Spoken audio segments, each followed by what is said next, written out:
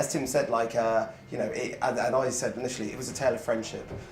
You know, like I started like kind of as a music fan and didn't know how to kind of get into getting closer to music. So I kind of just channeled my interest of writing and my love of music into like creating a music website. And from that, we then started doing club nights and I reviewed the bands that were playing. And then from that, we actually started filming a lot of it and it became a documentary thing. Before I knew it, it actually became like an MTV and Channel 4 show. So you can actually take a few steps quite quickly if you're impassioned and have a focus about what you want to do. And it can, you know, become, as Tim says, bigger than some of its parts. And it's actually one of those club nights where I met Tim because, yeah, do you want to sort of like say how we met? Yeah,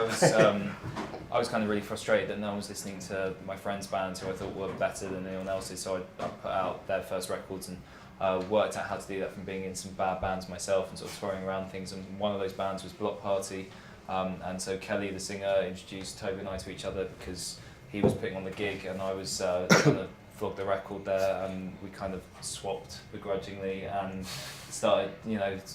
went for a pint and we're kind of like, we should be doing this together because we've got similar kind of ideas and ethics, and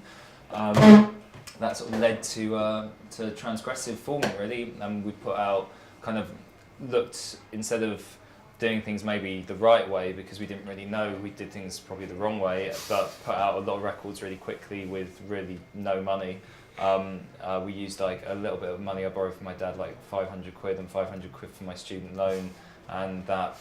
was the £1,000 in which we started a rolling fund to put out 7 inches. We got so far with it and then started building it and started attracting more interest because we've been putting out some good bands and doing things right and not trying to take everything from them the second they got somewhere. We're sort of encouraging them to go further and go on and sort of spread the word about the good things we were trying to achieve together, and it sort of led to being able to make it a job really, just kind of karmically without sounding like too much of a awful hippie.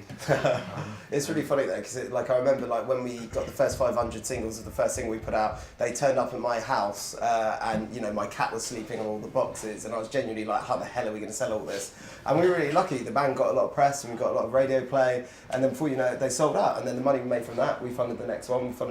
before you knew it like we were putting out albums and then we were signing bands for like multi-album deals. And this doing is the thing, publishing, which yeah, we doing didn't publishing. even know what publishing was when we started the publishing company, and then it became a thing that ended funding the label because we did bands like the Noisettes and Two Door Cinema Club and Dry the River, and sort of all grew really.